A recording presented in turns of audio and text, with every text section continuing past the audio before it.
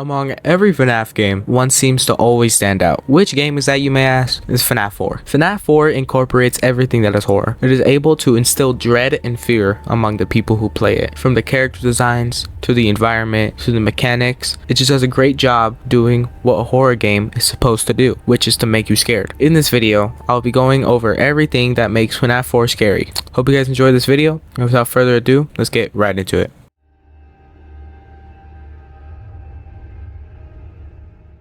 The first thing I want to talk about is jump scares. Jump scares is a big part of the FNAF series. Jump scares in FNAF are usually built up and not just meant to catch you off guard. What I mean is that you know the jump scare is gonna come, but you don't know when. An example of this is maybe the ambience is slowly swelling up to the jump scare, or there are visual cues. This kind of jump scare is very effective in games that rely on tension, games like FNAF. Most FNAF games rely on tension to keep the player on edge and take away any feeling of safety they have. I feel like this type of jump scare can be very effective if set up correctly. I find that the moment I remember the most in most of the FNAF games is being scared from getting jump scared. There's one big flaw with these types of jump scares: second and third playthroughs. A well done jump scare can definitely scare you the first time playing through it, but the second or third time you kinda already know what to expect. Now let me tell you how FNAF, more specifically FNAF 4, avoids this problem pretty much completely, to the point where I think it has the scariest jump scares I've ever seen in a horror game.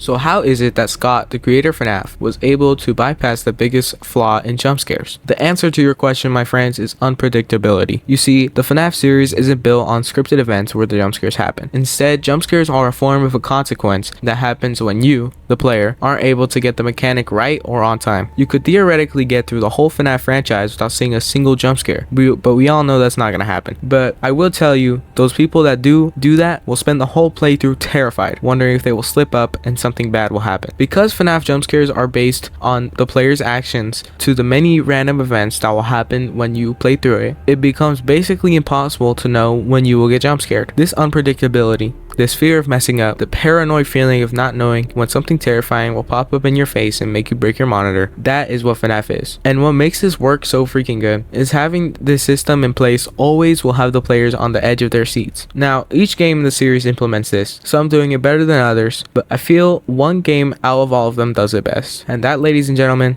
is FNAF 4.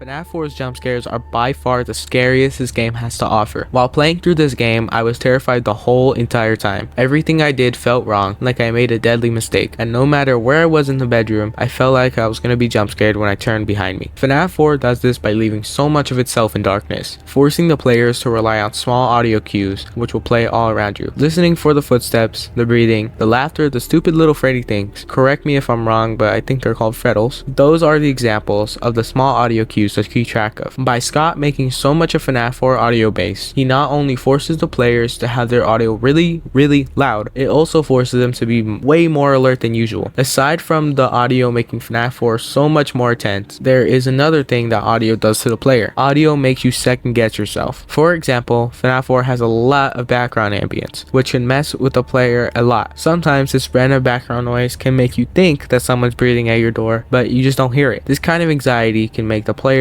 make the wrong decision out of fear of seeing those horrific jump scares again, which in turn can make you see those jump scares. By Scott making FNAF 4's jump scares so terrifying, Scott effectively makes the player so scared of seeing them again and again and again that they end up making deadly mistakes as a result of that fear. And that just makes FNAF 4 one of the most stressful and scary experiences I've ever had playing in a game. I feel from a horror standpoint, FNAF 4 is able to implement everything the best. If you disagree with me with that statement, I would love to hear what you guys have to say in the comments on which FNAF game scared you the most, because everyone seems to have a different story. I've definitely learned that from my ranking videos. It's pretty bad, the like to dislike ratio, I won't lie. Anyways, I can't wait to hear what you guys have to say in the comment section. Any criticism helps me, to be honest. I'm trying to take YouTube more seriously, so if you guys see anything I can improve on, please let me know. I love you guys, and I hope you guys have a blessed day, and maybe consider subscribing and dropping a like on the video. I hope you guys enjoyed the video, and without further ado, that was all. I don't know why I said without further ado, but that was all, and I hope you guys enjoyed, and yeah,